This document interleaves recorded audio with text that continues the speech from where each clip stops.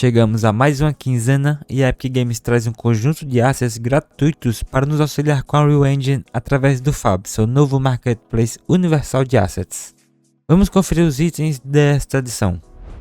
Para começar, temos um sistema extremamente útil para quem quer ganhar velocidade na criação de gameplay ou de cenários dinâmicos. Ele traz um sistema completo de spawn, totalmente configurável, que permite gerar atores, inimigos ou até objetos no mundo de forma muito mais controlada. Você pode trabalhar com diferentes formas de geração, como spline, esfera ou caixa, e também escolher o tipo de elemento que será gerado, desde atores comuns até IA com comportamento.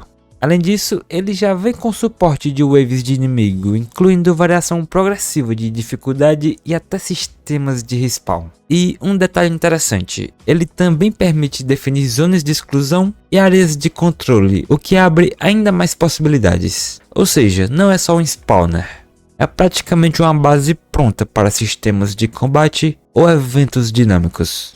Seguindo em frente, temos um ambiente com bastante estilo, um pack totalmente modular, com foco em estilo steampunk, mais industrial e desgastado. O ambiente mistura estruturas metálicas, terrenos úmidos e elementos como fumaça, neblina e poços procedurais, o que ajuda muito a dar vida para a cena. Ele já vem preparado com materiais PBR, texturas em alta resolução e um sistema modular que facilita muito a montagem de cenários maiores. Além disso, no pacote inclui landscape customizado e shaders para efeitos atmosféricos, como névoa e fumaça, o que deixa tudo ainda mais cinematográfico. É aquele tipo de asset que você não usa só como cenário, dá para criar toda uma narrativa com ele. E finalizando, temos um personagem, bem simples na proposta, mas extremamente útil dependendo do tipo do projeto.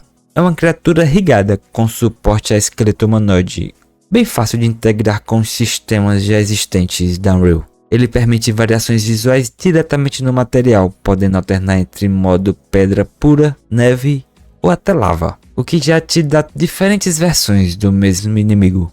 Mesmo não vindo com as animações, isso aqui funciona muito bem como base, seja para estudos, prototipagem ou até para criar um boss dentro de um projeto maior. Para baixar esses 3 assets gratuitos, basta acessar o site da FAB Marketplace, desça um pouco a página e encontre os 3 packs que mostrei anteriormente. É só clicar para comprar e depois adicionar o seu projeto pelo launch da Epic Games. Como indicado pela própria Epic, temos até o dia 7 de abril para adicionarmos esses assets à nossa biblioteca. Não deixe de adquiri-los, eles podem ser bastante úteis futuramente. Muito obrigado pelo apoio e até a próxima. Valeu!